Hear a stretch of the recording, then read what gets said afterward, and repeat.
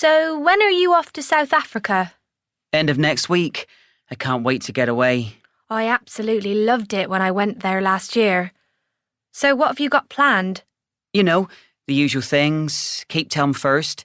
I'll definitely go to Robben Island. Great. And one thing I want to try while I'm there is surfing. Apparently, there are some really great schools you can go to. Yeah, there are loads. I've always wanted to learn how to surf, and I'll finally get to do it. You know, with proper waves. Cool. That's a great thing to do. I went to one of those schools. And was it good? Did you learn a lot? Yeah, I did. But you've got to be a bit careful in the water there. Actually, I got into a bit of trouble once. What, in the water? Yeah. When I was first learning to surf, I went out one time by myself. I was trying to catch this wave, but I came off my board and stupidly, I'd forgotten to attach a leg rope from my ankle to the board. So you lost the board? Yeah. I tried to get hold of it, but it got swept away by the wave. So what did you do? Just swim to the shore? Well, sort of. I started swimming and I soon realised that I wasn't getting anywhere. Then very gradually, I got the feeling I was being pulled out to sea.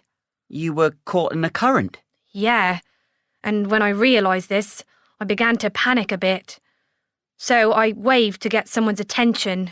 Luckily, a lifeguard had already seen that I was in trouble, and he came to rescue me in his lifeboat. Bet you were pleased to see him. Yeah, but the idea of being carried right out to sea is really frightening. I don't think you could survive very long. I'm quite a strong swimmer, but even so... Yeah, I think you'd start to really feel the cold in the water. Well, I was wearing a wetsuit, but they say if you get caught in a current, you shouldn't try and swim against it. The thing is, the water there is ocean, not sea. The waves are really powerful. Maybe I'll have another think about it. About surfing, you mean? Yeah. No, honestly, you'll love it. It really is the most amazing feeling. I just had a bad experience. I got myself a new surfboard, and as soon as I'd had some lessons and knew what I was doing, it was fantastic. It's just you and the board, and you have this incredible sense of freedom. And when you catch the wave at the right time... Yeah, you're right. It sounds amazing. Yeah, it's fantastic. Oh, but just watch out for sharks. Yeah, I'll... Watch out for what?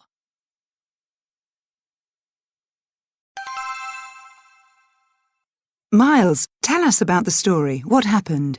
Well, one day in the winter of 1997 in eastern Siberia, one of the wildest and most natural habitats on Earth, a hunter came across a Siberian tiger. He shot the tiger and wounded it, and then took part of the dead animal that the tiger was about to eat. Of course, the tiger wasn't happy. It attacked and killed Markov, but it didn't do this immediately. It waited 48 hours before attacking. In other words, it remembered what had happened and carefully planned the attack. So while Markov was away hunting, the tiger found its way to his hut in the forest and broke in through the door. The tiger then took Markov's mattress outside and laid on it, waiting for him to return. When Markov finally appeared, the tiger dragged him into the forest and ate him, leaving only his boots. They found the boots later and figured out what had happened. So these are very dangerous animals, obviously. Yes, very dangerous if you make them angry, certainly. They're also not just any tiger. They're the largest species of cat walking on Earth. The Siberian tiger is a very impressive animal. They can be up to 4 meters long, and they weigh more than 250 kilos. They can jump about 10 meters if they need to. So, imagine a creature that's as active as a cat and has the weight of an industrial refrigerator. That's what a Siberian tiger's like.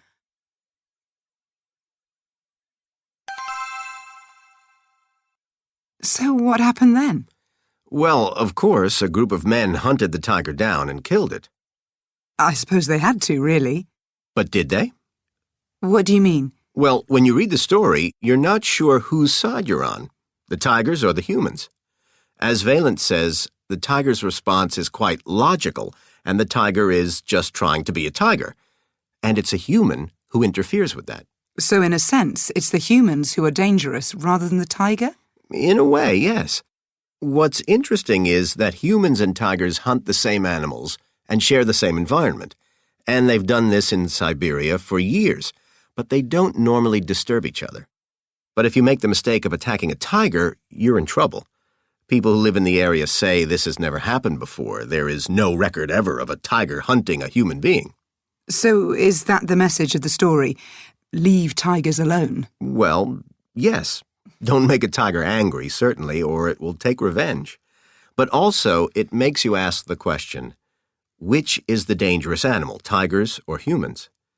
We think of tigers as dangerous, but of course, we're not at risk because of tigers. They're at risk because of us. There are 40 million humans, but only 500 tigers. So they really are an endangered species, and that's mainly because of us hunting them and living in their habitat and taking away their natural food. Miles, thank you. You heard Miles Holman talking about the book The Tiger by John Vaillant.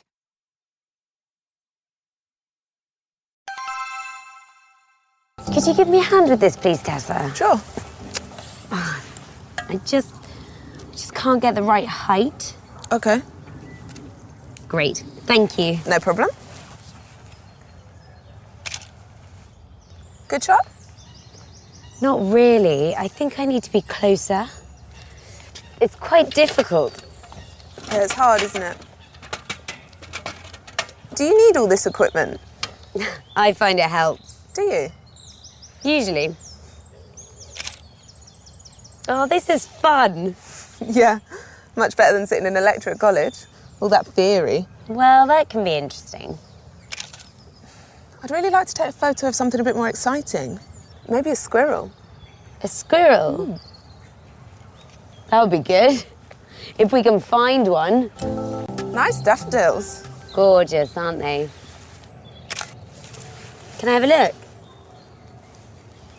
Wow, what a great shot. It's all right. You know just how to get a really good shot. The light is amazing. Thanks. Guess it's not bad. Can I have a look at yours?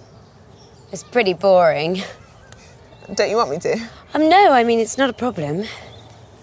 I just feel it's a pretty ordinary shot. You know, just nothing special compared to yours.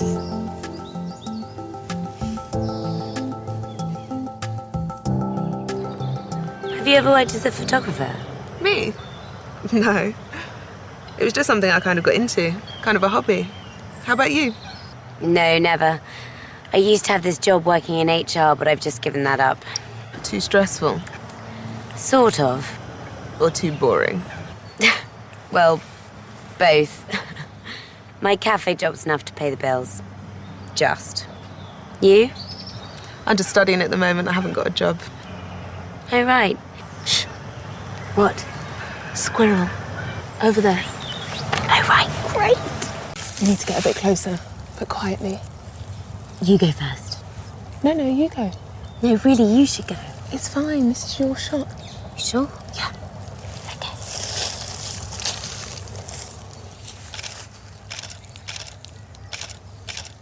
Oh, no. Oh, it's run away. Oh, this is a really bad shot. The light's all wrong. I need a reflector. Can I have a look? I don't like it. This is great. Really? Yeah. It's your best shot. But I didn't have a chance to set it up. Maybe sometimes you don't need to. Okay. Maybe not. You know, one thing I don't like about this assignment? What's that? It's so cold. It's freezing, isn't it? My flat's not far away. Do you fancy a nice warm cup of coffee? Okay. Yeah, why not? Great. Let's go.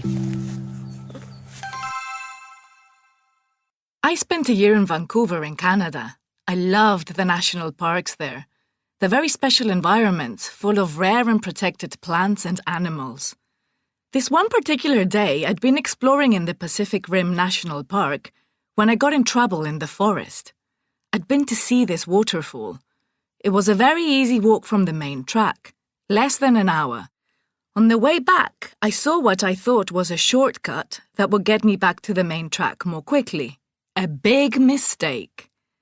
After a couple of hours, I realized that I was going round in circles and I wasn't getting anywhere. I'd got completely lost. I was beginning to get worried, that's for sure. All I had to eat was an energy bar and I had nothing to drink. Well, I waited until later in the afternoon because then I knew the sun would go down in the west and I knew roughly I should be going in an easterly direction. And I had a bit of luck. I came across a stream with fresh water. I followed the stream for a bit and I came to an open area, a kind of a clearing. I knew that eventually people would start looking for me. I'd told the forest ranger when I would be back, and I was more than 4 hours late. And I knew it's better to sit in one place where you can be seen.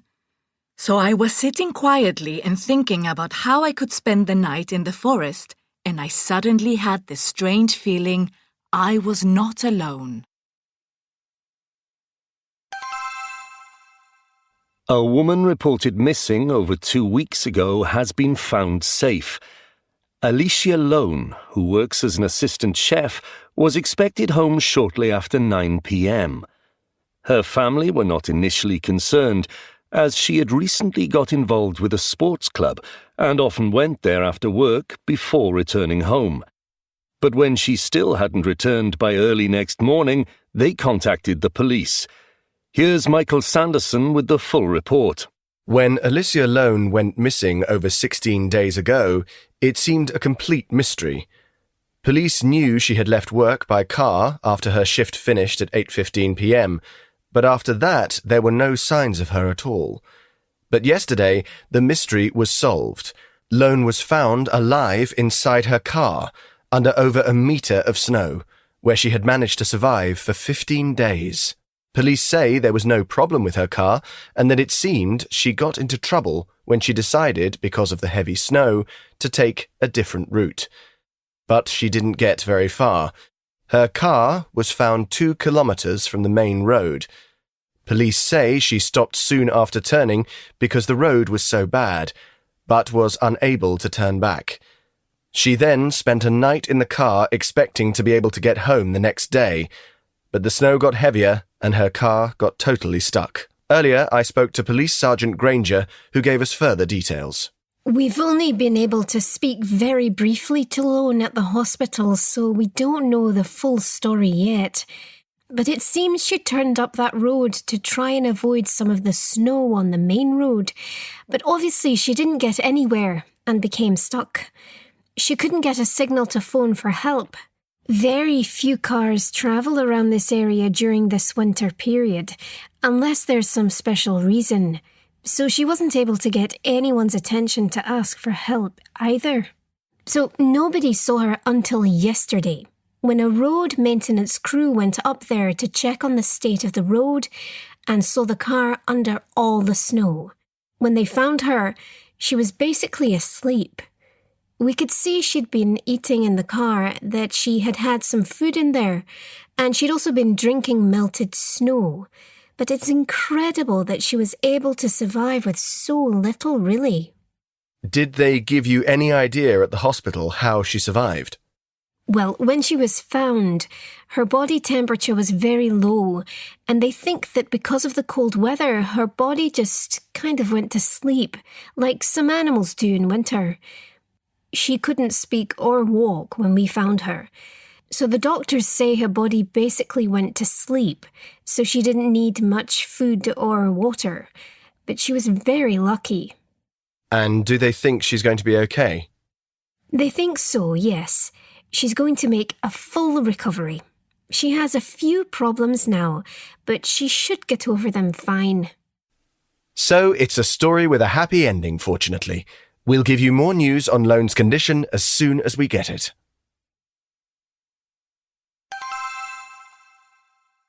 The oxygen cycle. Today, I'm going to talk about one of the natural cycles on Earth. It's called the oxygen cycle. First, I'll tell you about oxygen on Earth. Then I'll talk about the production processes in the oxygen cycle.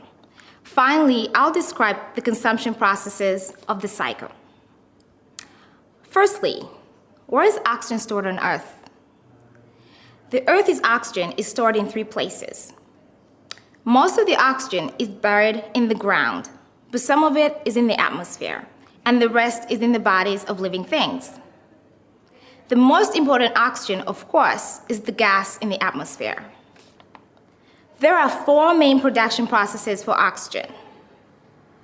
The first process is called photosynthesis. In this process, sunlight shines on the leaves of a plant, and the plant uses the light energy. It converts it into sugar and oxygen. Then sugar feeds the plant, and the oxygen is released in the atmosphere. Oxygen is also produced from water vapor in the atmosphere. Sunlight shines on the vapor, and oxygen is released into the atmosphere. This process is called photolysis. Finally, oxygen is released by rainfall on mountains and rocks. This is called weathering. There are also 3 main consumption processes for oxygen. Oxygen is consumed from the atmosphere by animals and plants. This process is called breathing. Oxygen is taken in and carbon dioxide given out. Oxygen is also consumed from the atmosphere during decomposition. This is the process of breaking down dead animals and plants. Animals and plants die, and bacteria decompose them. Carbon dioxide is required for the process. Finally, oxygen is required for combustion to take place. Combustion is also called burning and requires oxygen, heat, and a fuel of some kind. So, to sum up, some of the oxygen in the atmosphere comes from photosynthesis. Some comes from photolysis, and some from weathering. Some of the oxygen in the atmosphere is consumed by respiration, some is consumed by decomposition, and some by combustion.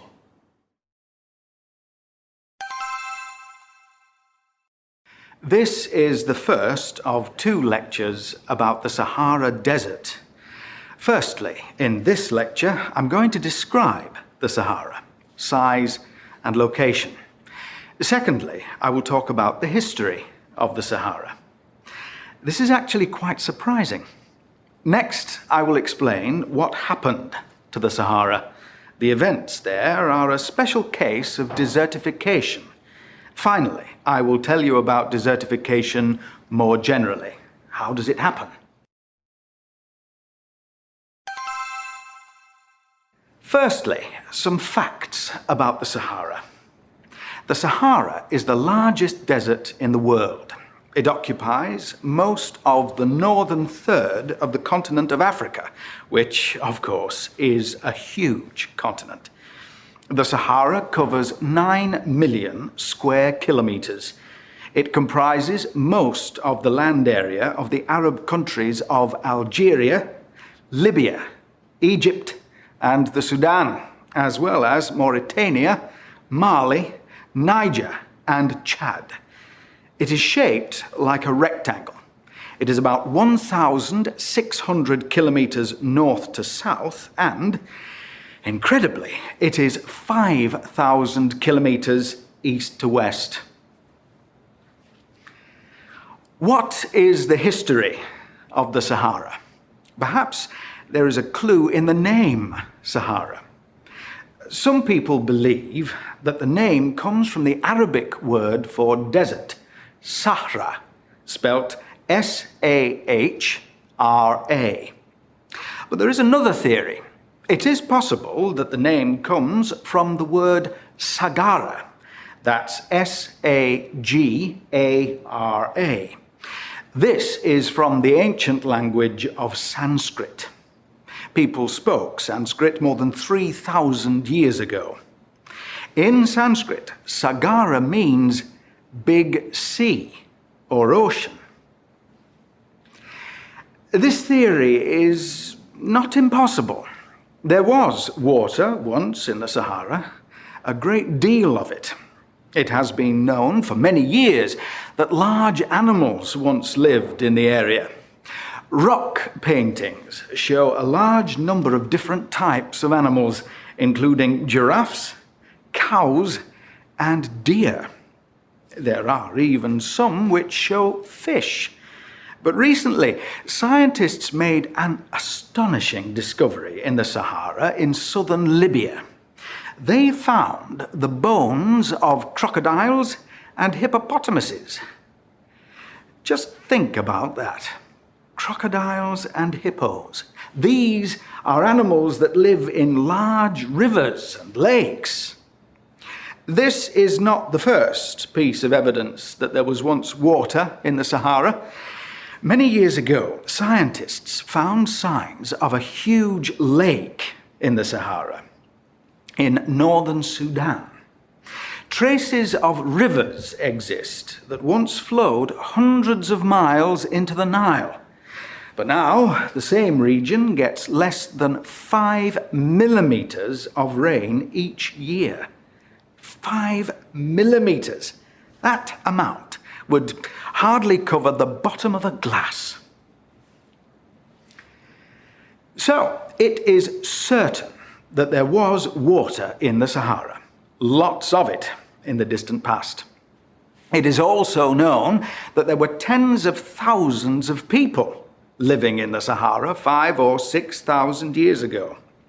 These people were mainly farmers. Some evidence lives on in records from ancient Rome.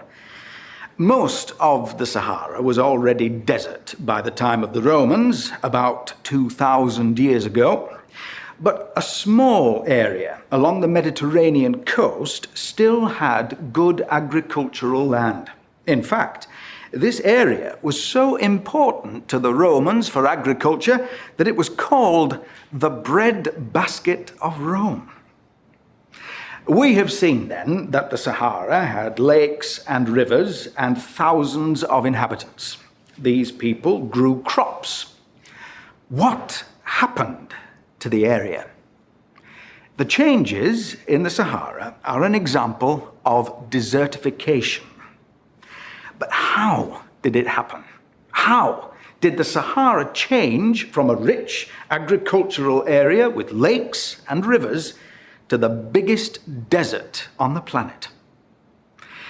The main cause was a change in the tilt of the Earth. 9,000 years ago, the Earth's tilt was just over 24 degrees. At present, it is just under 23.5 degrees. It took about 3,000 years for the tilt to reach its present position. The tiny change in the tilt changed the climate of the Sahara. It did not happen overnight, but from start to finish, it only took a few hundred years. The Sahara is a very special case because of the change in the tilt of the Earth. But it is now understood that climate change in a particular area can happen without a major event like the Earth's tilt changing.